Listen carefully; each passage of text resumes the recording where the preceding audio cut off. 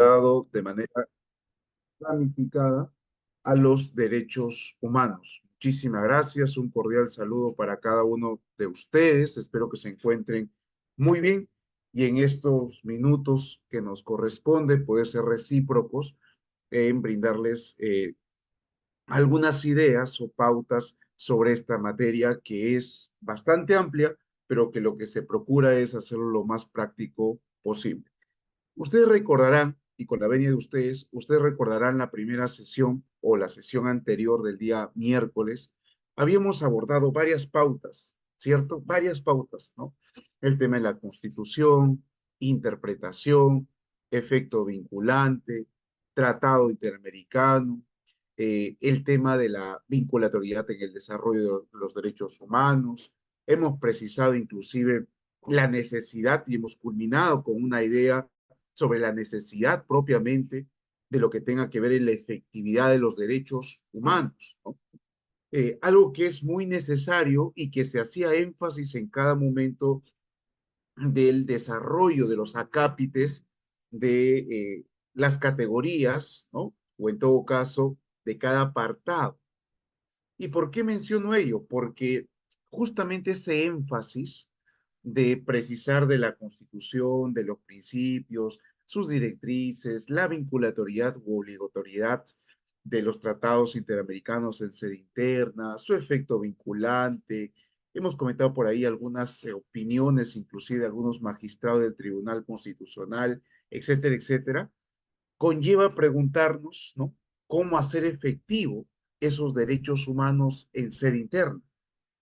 Doctor, yo conozco bien de que existe un sistema jurídico propiamente constitucional, interamericano, de derechos humanos, pero muchas veces estos derechos se centran, ¿no? O terminan propiamente en una decisión constitucional, en una decisión última, en una decisión que queda en las manos del Tribunal Constitucional porque es propiamente un órgano de cierre, ¿verdad? Un órgano de cierre del sistema jurídico. Sin embargo, el desarrollo o el pronunciamiento de estos derechos, ¿no? Recaen en una tipología de sentencias. Las sentencias a nivel de su tipología, sus clases y efectos, resulta sumamente importante para comprender la dimensión sobre lo que se está interpretando del derecho, sobre lo que se está indicando del derecho. Y me estoy refiriendo a los derechos propiamente sustantivos de lo que tenemos como ser humano. No me estoy refiriendo al derecho propiamente como ciencia, ¿no? Entonces, si yo advierto, por ejemplo, una sentencia del Tribunal Constitucional relativo a la interpretación sobre el derecho al agua y sobre ello ha manifestado un hilo interpretativo netamente ampliatorio, aditivo, ¿no? Quiere decir que esa sentencia llegaría a ser vinculante, es un precedente vinculante, es una doctrina vinculante, esos derechos que se han analizado propiamente a favor del ser humano se constituye como una obligatoriedad y práctica para el Poder Judicial, para los poderes públicos, para la ciudadanía, o en su defecto, si se está resolviendo un conflicto de derechos humanos propiamente de un tratado internacional y lo que tenga que ver con lo que indican los precedentes vinculantes o lo que regula la Constitución o una ley propiamente, y se decide sobre ese caso, pero que no es declarado inconstitucional o no es declarado precedente, ¿cómo se entiende de manera efectiva, práctica, en el sistema jurídico, en la sociedad? Este preámbulo del cual acabo de comentar es a fin de poder justificar, ¿no? Engranar correctamente para poder el día de hoy, en estos minutos, explicarles estas clases y efectos de estas sentencias constitucionales. Entiéndase que lo que vamos a ver aquí son sentencias constitucionales propiamente del Tribunal Constitucional peruano, no sentencias constitucionales de la Sala Social y Constitucional de la Corte Suprema, no sentencias de pronto de un juzgado civil o constitucional, no sentencias de un juzgado de investigación preparatoria que resuelve un habeas corpus, no, son sentencias de la máxima instancia del Tribunal Constitucional. Y aún que son expedidas por el Tribunal Constitucional, tiene una clasificación. No todas las sentencias del Tribunal Constitucional sobre materia de derechos resultan ser precedentes vinculantes o vinculantes por el solo hecho de haber sido emitidos por el Tribunal Constitucional. Muchas sentencias de estas o son ampliatorias, interpretativas, exhortativas, reductivas, que ya lo vamos a ver uno por uno, y lo importante de esto es diferenciarlo. A nivel práctico, como abogado litigante, saber lo que yo voy a pedir a un juez en que se haga efectivo algo cuando es obligatorio y no pedir a un juez que de pronto cumpla con algo cuando la sentencia indica que no es obligatorio. Eso, por ejemplo, es un punto práctico muy útil, sobre todo en el campo del derecho, pero también saber comunicar cuando las sentencias constitucionales abrigan y discuten sobre determinados derechos. Un ejemplo para que se entienda mejor y sucedió recientemente. Lo vamos a colocar así como una importancia problemática.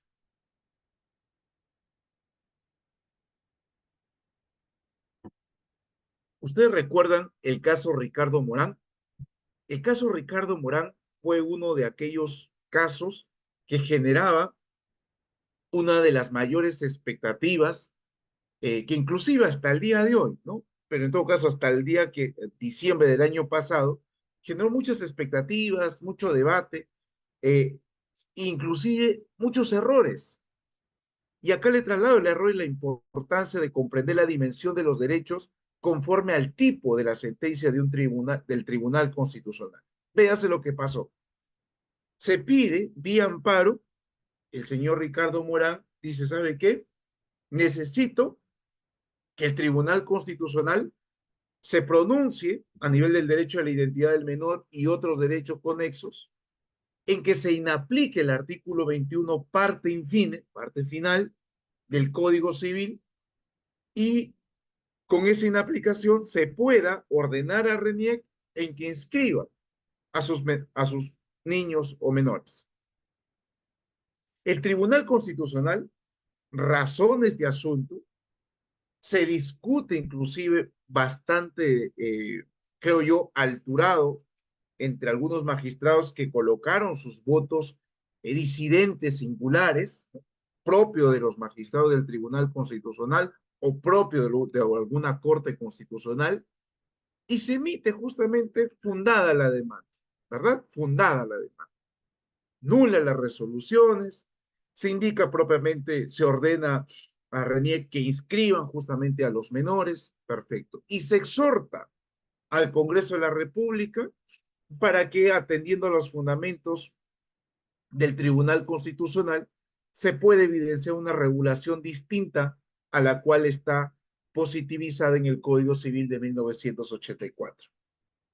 Una semana después de esta sentencia, la congresista Alba presenta un proyecto de ley justamente en el mismo sentido del tribunal, una reforma legal propiamente. El asunto es que antes de que se dé este proyecto de ley y una vez publicada esta sentencia del Tribunal Constitucional, muchos docentes, colegas, inclusive expertos en materia de derecho constitucional y humanos, publican, yo creo, un pequeño desliz, ¿no? Porque esto ya no era una cuestión técnica. Hubo una retractación inclusive en afirmar de que este pronunciamiento constituía un precedente vinculante.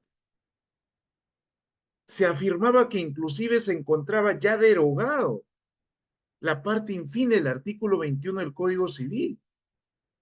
Se comenzaba a afirmar que ya existía una lectura distinta del Código Civil a razón de esta sentencia.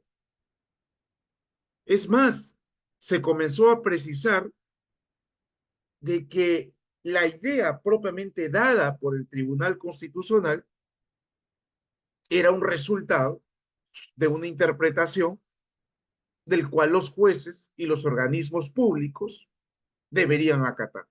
Craso error, craso error. Y les estoy evidenciando en dos imágenes para que vean en principio la sentencia, el resultado, pero también para que podamos identificar inmediatamente por qué no era vinculante o por qué no es vinculante. En ningún extremo indica que es un precedente vinculante, porque la misma ley del Tribunal Constitucional te indica claramente, inclusive el nuevo Código Procesal Constitucional, te precisa que tiene que ser declarada expreso, de manera expresa, los fundamentos que constituyen precedente vinculante. Tampoco es doctrina vinculante constitucional. Ni se refiere, ni precisa, ni lo indica de manera de pronto indirecta. Tampoco lo hace.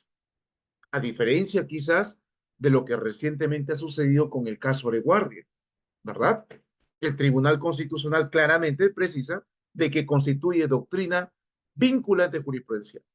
Por ahí ya alguna diferencia entre precedente y doctrina, sí hay algunas diferencias sutiles, pero que al fin y al cabo son vinculantes. Cierro ese paréntesis. Esos dos están aquí, no están aquí. Doctor, ¿y para qué es importante deducir esto cuando en este punto o en este asunto? Por una razón muy sencilla, porque aquí, por ejemplo, se está discutiendo un derecho de un menor inclusive, y del cual se debe comprender correctamente para no generar distorsiones, en principio, en el sistema jurídico, y dos, mucho menos en alentar algún tipo de emociones, ¿no? En la sociedad. Tres, la misma sentencia ustedes que están visualizando, fundada, ordenar y exhortar.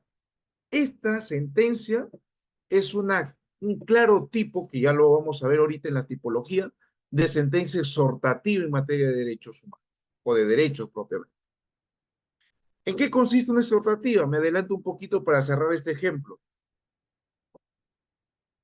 Invito, convoco, llamo la atención, solicito, requiero a una determinada institución para que cumpla con los fines de la cual yo como tribunal he analizado. En este caso, es una sentencia exhortativa interpretativa que está dirigida al Congreso de la República. Y vaya que se atendió a esta exhortación inmediatamente en una semana. Entendido esta problemática y aclarado este asunto, que no es vinculante, que es una sentencia interpretativa, del cual podemos recurrir, del cual podemos hacer uso para interpretar el derecho, claro que sí, pero que de alguna otra manera no se puede pensar que es una decisión vinculante para los poderes o que existió una modificación completa propiamente al reglamento o a las directrices legales de RENIEC o la obligación directa para los jueces en que atiendan estos criterios. ¿Hay la posibilidad de una aplicación distinta? Claro que sí, claro que sí. Entonces, dicho esto, cabe indicar lo siguiente: tipos de sentencia, tipos de sentencia. Veamos. Acá hay una clasificación propia, diré, una clasificación dada desde el expediente 004-2004, y ustedes podrán observar lo siguiente, ¿no? Podrán observar lo siguiente. En este expediente 004-2004, el Tribunal Constitucional permite esa posibilidad de desarrollo docente, académico, eh, pausado, metodológico, argumentativo, indicativo, respecto a los tipos de sentencia. Te explica, o en todo caso, te plantea esta tipología para que de alguna u otra manera la justicia constitucional sobre los derechos que se vayan a expedir o interpretar sean de alguna otra manera correctamente entendidas en sus efectos o implicancias. En ese sentido, lo que vendrá a ser propiamente el Tribunal Constitucional y del cual ustedes pueden estar observando es lo siguiente. Hay un defecto técnico por acá. A ver, creo que eso está. Ahora sí, listo. Decía que el Tribunal Constitucional divide las sentencias constitucionales entre estimativas y desestimativas, ¿no? Las que declaran fundada y las que no. Las estimativas se pueden comprender en las subclases siguientes: aquellas estimativas de simple anulación que anulan la decisión judicial de pronto o administrativa, aquellas sentencias estimativas que interpretan propiamente determinada regla, determinado principio, determinado derecho, determinada institución, o aquellas sentencias que son estimativas, que son interpretativas, pero manipulativas. Doctor, ¿y esas sentencias interpretativas manipulativas también tiene su subclasificación o solamente queda netamente como categoría interpretativa manipulativa? No, estas sentencias interpretativas manipulativas tienen a su vez subclases. Son aquellas sentencias constitucionales, estimativas, interpretativas, manipulativas, reductoras, adictivas, sustitutivas, exhortativas, estipulativas. Exhortativas hemos visto un claro ejemplo hace algunos minutos. Doctor, y si son desestimativas, pues hay por dos razones: los que son por rechazo simple y por un sentido interpretativo. El rechazo recaerá propiamente en lo que sean las famosas interlocutorias, y cuando sea por un sentido interpretativo, alguna improcedencia con pronunciamiento de fondo. Perfecto. Entonces, esta clasificación es importantísimo para dar una lectura correcta cuando se interpreta y se decide sobre materia de derechos. El Tribunal Constitucional no lo dejó aquí, inclusive en esta eh, presentación lo vamos a ir fortaleciendo, lo vamos a ir fortaleciendo con algunas ideas que trae consigo la doctrina, que trae consigo de pronto algunas otras precisiones en otras lecturas, ¿no? Entonces podemos observar lo siguiente: que la doctrina estableció una doble clasificación también, lo distingue entre sentencias de especie, o también llamadas sentencias de principio, y aquellas sentencias netamente que lo divide entre sentencias estimativas o de sistemativas. Esto les alcanzo desde la doctrina para que puedan también profundizar o ahondar si es que se podría encontrar con esta tipología o con esos términos. Vemos lo primero, la primera categoría, sentencia de especie.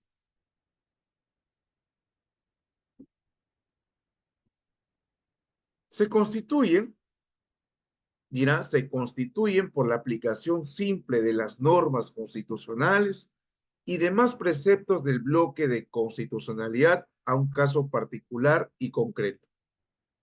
En este caso, la labor del juez constitucional es meramente declarativa, ya que se limita a aplicar la norma constitucional o los otros preceptos directamente conectados a él.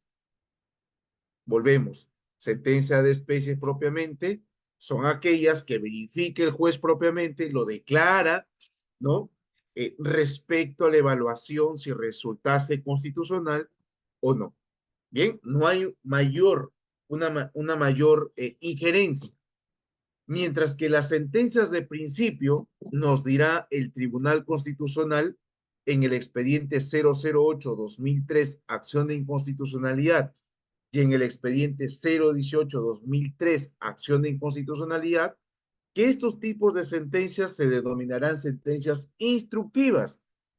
Y la caracterización de estas sentencias instructivas es que a partir de un caso concreto va a ser un desarrollo jurisprudencial, un desarrollo doctrinario sobre los temas más importantes en discusión. Perfecto. Es decir, va a establecer pautas en la jurisprudencia, va a establecer pautas en la doctrina. Por eso uno cuando dice, según la jurisprudencia constitucional, reiterativa o no reiterativa. Si es reiterativa, ya hay un criterio fijado por el Tribunal Constitucional, pero que de pronto no resulta vinculante, pero que de alguna otra manera, al ser reiterativo, puede sostenerse, ¿no? Desde una lectura constitucional del mismo organismo máximo como es el Tribunal Constitucional. Situación diferente cuando yo menciono a la doctrina, porque la doctrina no es básicamente reglas jurisprudenciales, sino más bien son aquellos aspectos conceptuales, de alcance, ¿no? De desarrollo de determinadas instituciones o categorías, emanadas, dadas, desarrolladas por el Tribunal Constitucional.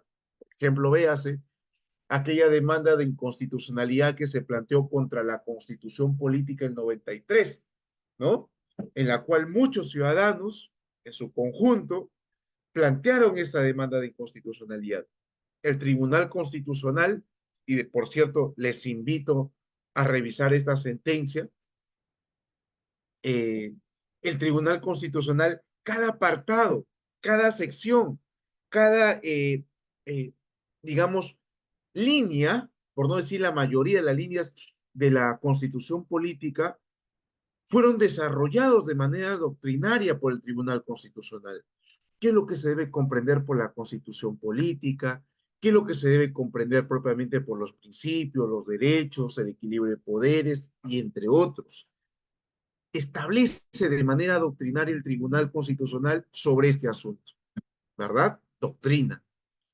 Eh, y no quiere decir que una vez ya fijada la doctrina sobre dichos estamentos de derecho, es estático, ¿no? Habíamos dicho el día miércoles que la Constitución al regular derechos, en ningún sentido se puede comprender que sean estáticos. Los derechos siempre son dinámicos. Su interpretación siempre se desafía conforme a los contextos institucionales, sociales, de necesidad. El derecho a la protesta, por ejemplo, no se puede comprender de la misma forma del año 2000 a que el del 2023, ¿verdad? Entonces, esa diferencia trae consigo una evolución propiamente. Ahora bien, vemos las sentencias estimativas.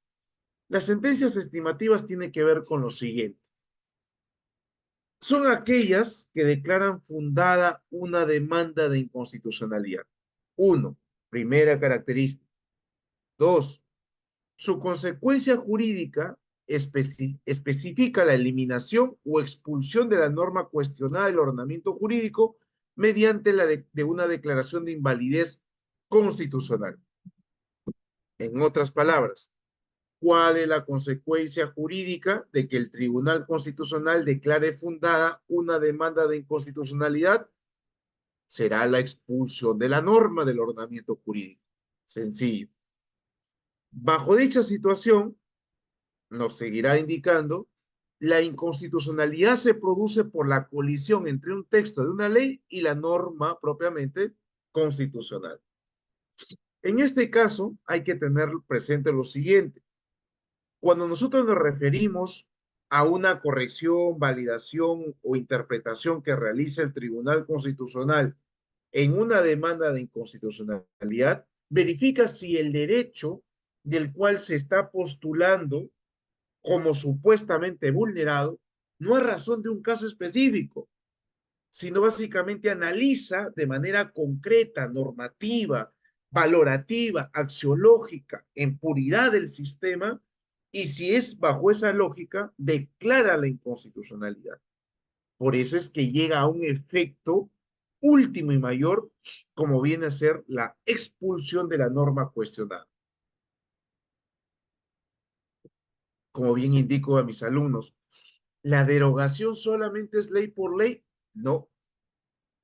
Hay derogación expresa, que es la ley por ley, hay la derogación tácita, ¿no?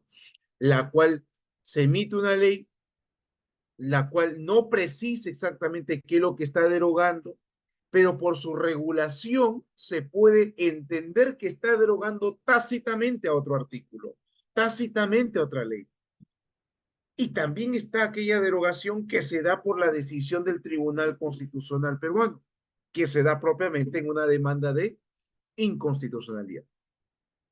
Doctor, pero ¿hay alguna diferencia cuando se expulsa una norma del sistema jurídico frente a aquella que es derogada a través de un proceso legislativo? Sí, de que cuando existe una derogación desde un proceso legislativo, ese vacío de derogación es cubierto por otro producto legal, mientras que del Tribunal Constitucional no, por una simple lógica.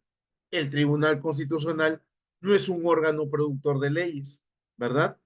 Este asunto de la demanda o mejor dicho, desde un punto de vista de la inconstitucionalidad, lo hace desde su función de legislador negativo, netamente de controlar que las normas no conculquen derechos, no vulneren derechos, no contravenga la Constitución a nivel de su supremacía. Aclarado ese asunto, me permito continuar. Tenemos las sentencias de simple anulación también. Estas sentencias de simple anulación podemos entenderlo de la siguiente manera.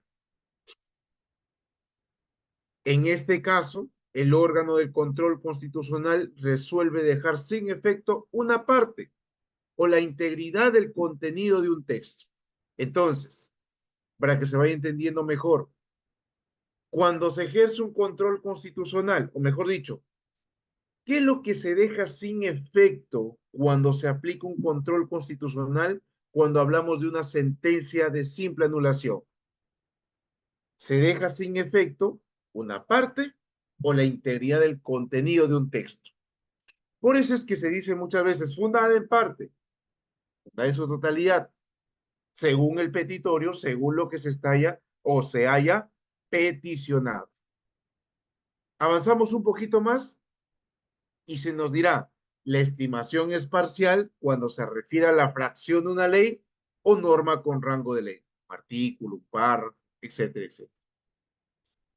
Y eso da pie a que pueda ratificarse la validez constitucional de las demás disposiciones. Claro, si ustedes ven, hay una diferencia, ¿no?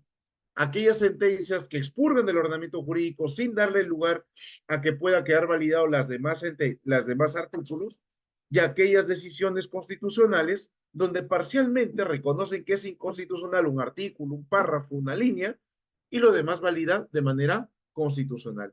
Doctor, pero si yo evidencio que es inconstitucional un artículo de una ley, debería declararse la inconstitucionalidad total, porque al fin y al cabo está contaminando para la tutela de los derechos, ¿no? Recuérdese que la Constitución política entiende y atiende que las leyes que se otorgan por el Parlamento, sean observadas o no, por insistencia o no del Ejecutivo, una vez publicada y en vigencia en el diario oficial del peruano, asumen una presunción de constitucionalidad. Por eso se dice que las leyes, una vez publicadas, son constitucionales. A pesar, doctor, de que evidentemente es inconstitucional, sí. Es decir, solamente son inconstitucionales en la medida que el órgano competente lo declare tal cual. O en su defecto, o en su defecto, un juez ordinario lo declara inconstitucional para el caso en concreto. Y esa figura, doctor, ¿cómo se llama cuando un juez declara inconstitucional para el caso en concreto? Control difuso de constitucionalidad. ¿Se tutela derechos ahí también? Claro, porque advierto yo como juez ordinario de que dicha ley está vulnerando determinados derechos. Por lo tanto, no debe avanzar en su aplicación o solicitud. Y esto es muy importante tenerlo presente en esta forma. Asimismo, hay que entender que a través de esta sentencia hay un tema, ¿no? Que la estimación puede ser total. ¿En qué sentido? La estimación es total cuando se refiere a la plenitud de una ley o la norma con rango de ley. En este caso, lo que está haciendo es básicamente una modificatoria o declarar la inconstitucionalidad respecto del texto a inaplicar, ¿no? En el caso en concreto. Ejemplo, doctor, lo que hemos visto a nivel de problemática del caso Ricardo Morán. Entiende el Tribunal Constitucional que es inconstitucional ese artículo, sin embargo, solamente aplica para el caso Ricardo Morán, no aplica a nivel nacional. Avanzamos un poquito más, tenemos las sentencias interpretativas propiamente dichas. Estas sentencias interpretativas, entiéndase de que se crean normas nuevas. Y para recordar un poquito lo que habíamos visto el día miércoles, ¿no? Son diferentes o es una posición diferente cuando yo estoy frente a una disposición normativa y una norma. La disposición normativa es lo que está en el texto puesto, lo que está en la Constitución, lo que está en la ley, la disposición, el texto puesto. La norma es lo que se va a crear, el proceso, el resultado del proceso cognitivo, el resultado final después de la interpretación. Y en esa lógica se crean normas nuevas, se establecen normas nuevas. Y estas normas nuevas, obviamente, es a razón de la interpretación de una determinada ley, es decir, cómo se debe interpretar determinada ley o cómo se debe interpretar determinado objeto propiamente dado en dicho proceso legislativo. Asimismo, tenemos sentencias interpretativas manipulativas. Las sentencias interpretativas manipulativas, que también son caracterizadas como sentencias interpretativas de carácter normativo, tienen las siguientes características. En este caso, dirá el Tribunal Constitucional, el órgano del control constitucional detecta y advierte la existencia de un contenido normativo inconstitucional dentro de una ley o rango de ley. La elaboración de dichas sentencias está sujeta alternativa y acumulativamente a dos tipos de operaciones, la ablativa y la reconstructiva. Y ahorita lo vamos a ver. Primero expliquemos este párrafo. Lo que nos está diciendo el Tribunal Constitucional, que estas sentencias manipulativas básicamente constituyen solamente discutir el contenido de la norma. Doctor, ¿cómo podríamos entender un poquito más este asunto del contenido de la norma? Ustedes recordarán esa obra maravillosa de Franz Kafka, Ante la ley. Aunque pareciera no útil, ¿no? Para entender el derecho resulta muy importante y valioso, sobre todo en este extremo de acá. Porque no es lo mismo que yo pueda discutir una discriminación legal en la ley que una discriminación ante la ley. Mientras que lo primero es dentro de su contenido, en su diferenciación, regulación, procedimiento, lo otro tiene que ver con su aplicación. Una diferencia severamente distinta, de la cual yo no puedo evidenciar o no puedo entender de que sea lo mismo. Dada este ejemplo, nosotros nos estaríamos centrando en lo primero, en la ley. Para esto, el Tribunal Constitucional te indica que hay dos operaciones que él realiza para la tutela de los derechos, la ablativa y la reconstructiva. Yo realizo una operación ablativa, ¿sí? En la medida de analizar los alcances normativos de la ley impugnada, se eliminando algunos términos propiamente. ¿En qué sentido? El Tribunal Constitucional dirá, eliminando del proceso interpretativo alguna frase, algún término que pueda sobreentenderse o entenderse que colisione a la Constitución. La nulidad de algunas expresiones impertinentes también que puedan inducir al cambio preceptivo propiamente de aquella ley que quizás se entienda como algo inconstitucional. ¿Puede darse ese asunto? Claro que puede darse ese tema, donde el Tribunal Constitucional razonará si ese término propiamente, si dejarlo ahí, va a conllevar a una interpretación o noción de inconstitucionalidad. Mejor hay que eliminarlo dicha frase, eliminar dicho término. ¿Se puede hacer? Claro. En ese caso estaríamos hablando de una operación ablativa.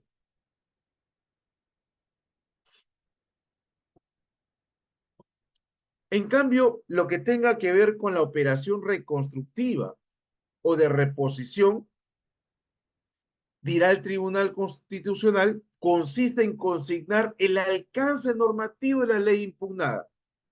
A, si por la ablativa es eliminar aquellos términos para que su interpretación no resulte inconstitucional, la operación reconstructiva consiste en agregar un contenido o sentido interpretativo para que por sí mismo de la lectura de ese texto no se advierte inconstitucional.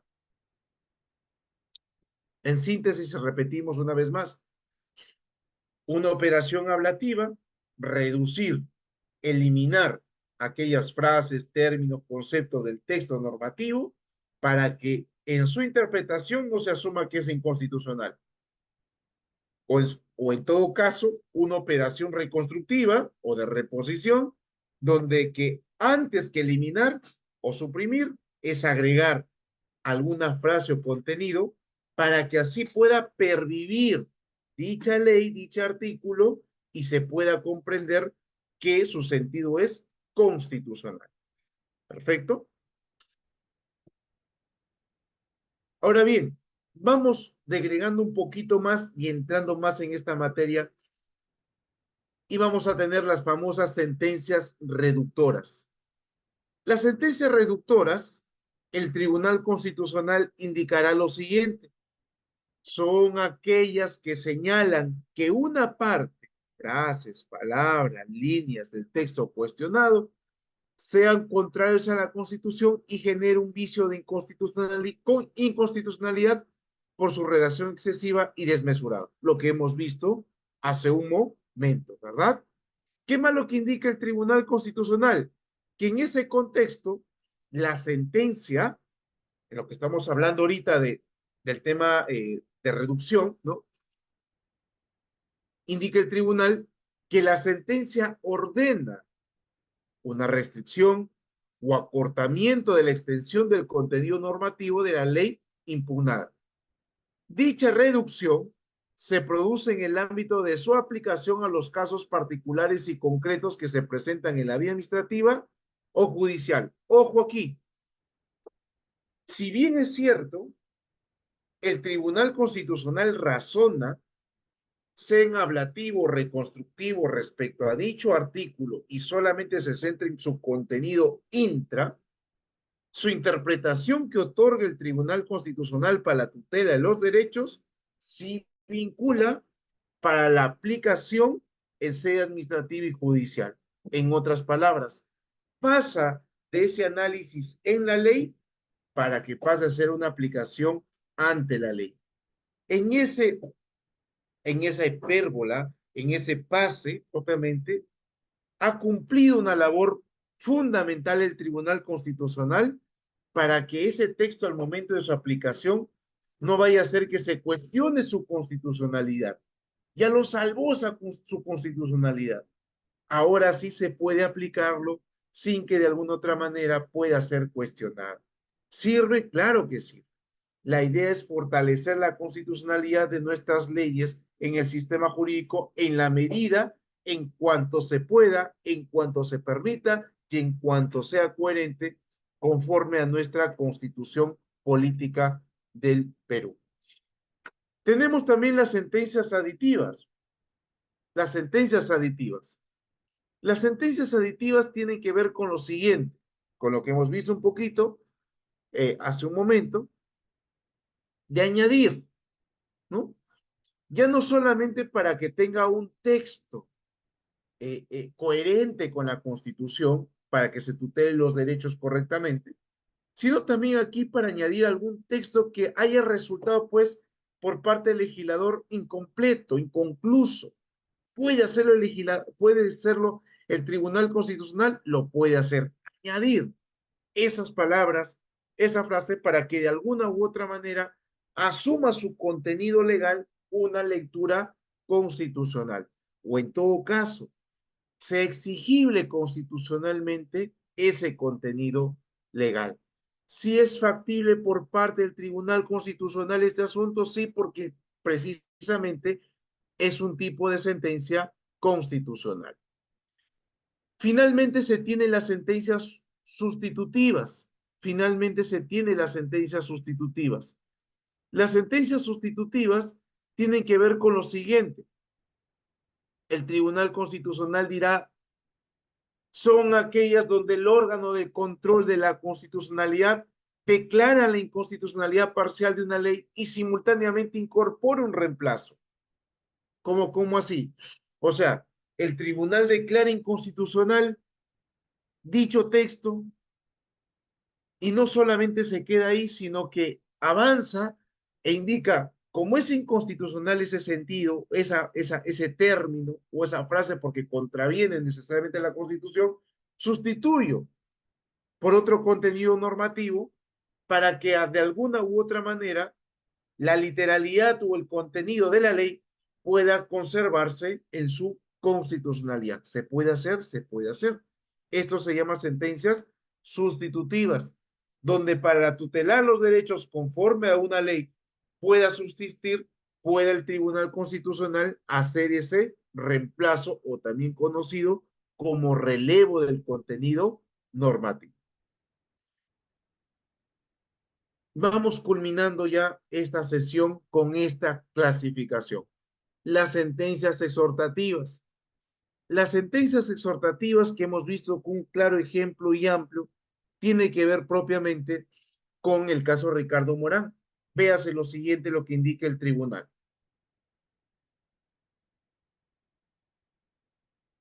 Precisa de que son aquellas donde el órgano de control constitucional deduce la incompatibilidad constitucional de una parte o totalidad de una ley o norma con rango de ley, pese a lo cual no dispone su inmediata expulsión del ordenamiento constitucional, sino que recomienda al Parlamento para que dentro de un plazo razonable expida una ley sustitutoria con un contenido acorde a las normas, principios o valores constitucionales. Este párrafo se va a poder entender mejor con la problemática o el ejemplo inicial de importancia que les he colocado. Acá está, ¿no? El caso Ricardo Morán, expediente 882-2023, acción de amparo. Léase el punto 3, ¿no? De la segunda diapositiva. Exhórtese al Congreso de la República. Una sentencia interpretativa de tipo exhortativa. Y esto es lo que justamente se está refiriendo el Tribunal Constitucional cuando hablamos de una sentencia exhortativa. Hasta aquí, estimados, yo les agradezco muchísimo por su valioso tiempo. Yo quedo atento a sus preguntas. Si hay algún tipo de aclaración que precisar, me lo indican, por favor. Quedo atento de ustedes. Muchísimas gracias. Así es, estimados participantes, ya nos encontramos en el estadio de preguntas. Lo pueden realizar mediante el chat o activando la opción levantar la mano, que el doctor los va a estar absolviendo todas las consultas que tengan.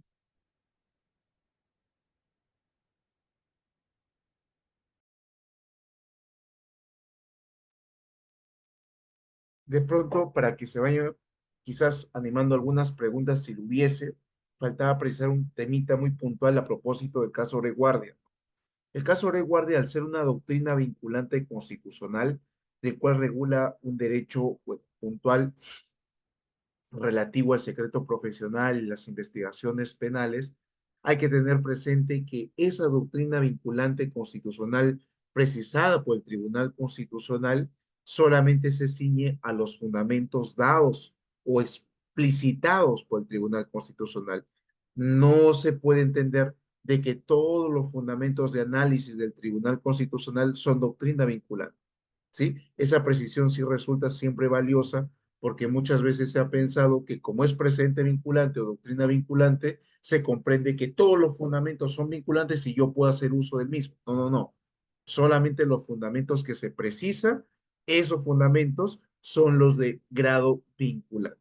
Esto para efectos prácticos cuando corresponda solicitarlo, aplicarlo a un determinado caso. Muchísimas gracias. Quedo atento de ustedes, estimado doctor.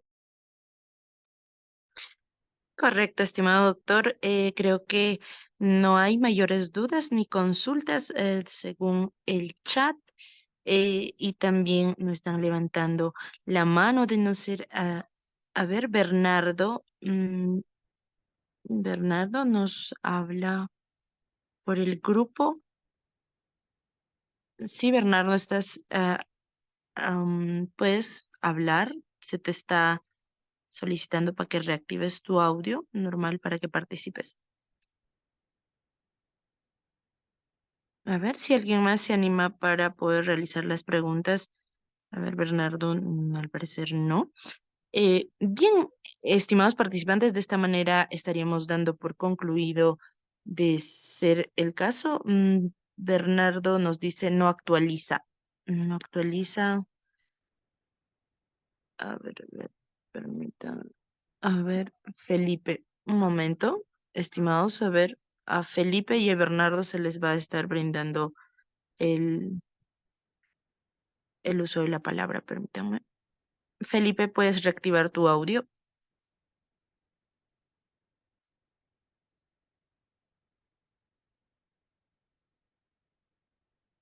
Doctor Felipe puede ya reactivar su audio, se le está solicitando para que reactive.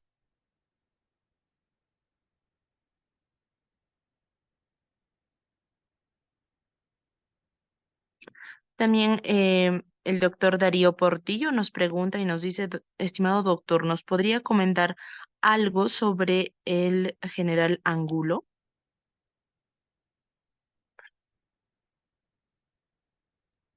Muy bien. Un cordial saludo, apreciado amigo Darío Portillo. Claro, del general Angulo es una situación muy particular. Empezaba diciendo del tema de en la sesión. El hecho es de que las sentencias que hemos visto son propiamente del Tribunal Constitucional, ¿no? Las sentencias que se dan justamente en la vía ordinaria no encuadran dentro de esta tipología. Primero. Segundo, lo que sucede con el caso Bernardo, que propiamente vincula netamente en este caso al señor Angulo, ¿no? Netamente al señor, bueno, general Angulo, relativo a su situación, cosa que no define tampoco su tema, ¿no? Eh, y es más, hay que atender claramente que la decisión del amparo en este caso fue fundada en parte, ¿no? Porque claro, no se puede extralimitar en mayores funciones sobre la reparabilidad institucional. Recuérdese también que el tema del amparo solamente tiene un efecto interpartes, ¿no? Que solamente vincula a la parte solicitante. Y eso siempre es bueno mencionarlo. Yo recuerdo muy bien que cuando se dio eh, el caso de la eutanasia de la señora Ana Estrada, fue un amparo también. Se le dio la razón y, y bueno, la sala no cuestionó tampoco, no se cuestionó en todo caso en instancia. Y nuevamente se generó una confusión total, ¿no? Indicando de que la eutanasia ya está regulada, está posibilitada a nivel nacional, que esto ya forma parte del sistema jurídico. No, eso fue falso, fue un error, fue un desliz que se indique de esa forma, ¿no? Porque aquí, en el caso de Ana Estrada, al ser un amparo, solamente regulaba para el caso en estricto, es la señora Ana. Entonces, esto de pronto podría asemejarse a nivel de los efectos propiamente del general Angulo, ¿no? Si hay un tema, por cierto, de beneficio parcial, solamente es un criterio que ha generado el juzgado constitucional, pues más allá de generar un aspecto vinculante, eh, de pronto para otro caso del mismo estamento, del ejército, por ejemplo, no podría alegarse, ¿no? No podría alegarse. Bien, creo que ya está activo del doctor Bernardo. Yo encantado de escuchar su comentario o Doctor, pregunta. buenas noches. Buenas noches. Buenas noches. Ante todo, soy público en general, no soy doctor, no soy abogado, simplemente que Muy bien. sigo esta página. Yo quería, usted habló de algo de la ley de inconstitucionalidad, ¿no? Que lo puede hacer un juez ordinario o en todo el sector que le observa la ley. Yo quería hacerle una pregunta, a ver, no sé si está a su conocimiento.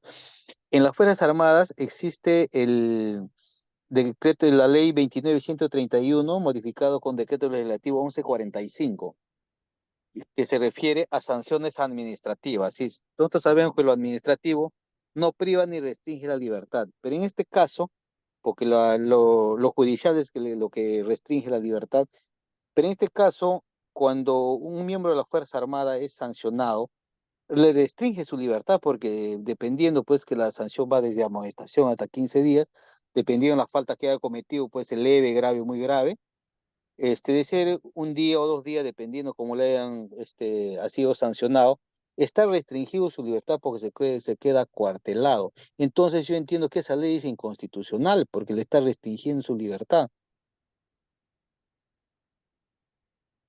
Claro, estimado Bernardo, muy buena situación y en realidad coincidimos en ese sentido, ¿no? En realidad el Tribunal Constitucional ha mencionado en otros expedientes de que las investigaciones, inclusive penales, investigaciones penales, no condicionan a las limitaciones de los derechos, ¿sí? Por ejemplo, aquí lo que ahorita estamos en el Zoom, ¿no? O en esta aula virtual, de repente todos estamos siendo investigados penalmente, preliminar, estamos en preparatoria, quizás hasta ya acusaron penalmente. Quiere decir que de repente, no sé, por ejemplo, solamente es un hipotético caso, nada más, ¿no? Al señor Rubén le están investigando por lavado de activos. Quiere decir de que como hay una investigación, inmediatamente, por ejemplo, el agente bancario o un banco pueda cerrar sus cuentas unilateralmente porque se le está investigando el lavado de activos y justamente le ha cerrado la cuenta donde hacen su depósito de su sueldo.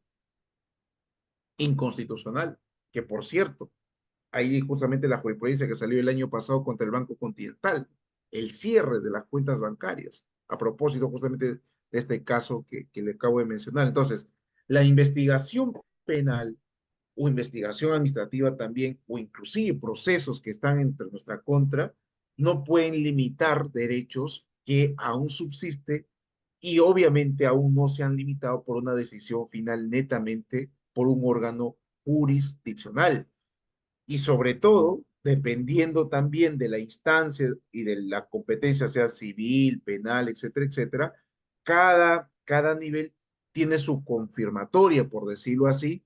Es decir, si es una cosa decidida porque ya culminó en sentencia de la Corte Suprema, por ejemplo, obviamente que hay una decisión a ejecutar propiamente, ¿no? Pero si de pronto la ley indica de que si la decisión de instancia de la primera decisión, si se apela, no se puede ejecutar, y es lo que está que te indica la ley, no, obviamente, a pesar que existe una sentencia, no está limitado a tu derecho. Entonces, va a depender mucho también de la regulación procesal en tanto y en cuanto se ejecute, pero siempre bajo una decisión judicial, no bajo una presunción que se mantiene en todas las investigaciones, sancionadoras, disciplinarias, penales o inclusive durante un proceso civil o laboral. Muchísimas gracias, señor Bernard. Muy Muchas buena gracias, doctor. situación. Gracias. Y bueno, y por cierto, aprovechando esa pregunta, recuérdese de que tenemos toda una gama, conforme a la constitución política, de quienes puedan plantear la inconstitucionalidad, ¿no? Aparte del porcentaje de los ciudadanos reunidos en plantear una demanda de inconstitucionalidad, lo pueden ser determinadas instituciones, entre ellos los colegios de abogados. Cualquier colegio de abogados lo puede plantear, obviamente, previo acuerdo de su consejo directivo, ¿no? Y ya está. Entonces, por ahí de repente, si hay un acercamiento a un colegio de abogado, se puede encaminar ese asunto para que se debata. Muchísimas gracias. Correcto, doctor. Muy bien. Si alguien más tuviera alguna duda o consulta, estimados. mm, Al parecer ya no tenemos mayores dudas y consultas, estimado doctor. Para nosotros ha sido un gusto, un placer tener su presencia esta noche, su mensaje final y hasta una nueva oportunidad. Muchísimas gracias. Como mensaje final, como siempre, deseándole lo mejor a cada uno de ustedes. Espero que esta intervención haya resultado de conocimiento valioso para ustedes, no solamente en atender los tipos que tenga el Tribunal Constitucional, sino también de hacerlo útil y efectivo en nuestros días y, como no, también en nuestras apreciaciones críticas. Un gran abrazo a cada uno de ustedes y ya nos veremos en otra oportunidad. Muchísimas gracias a la organización también. Un gran abrazo, cuídense mucho.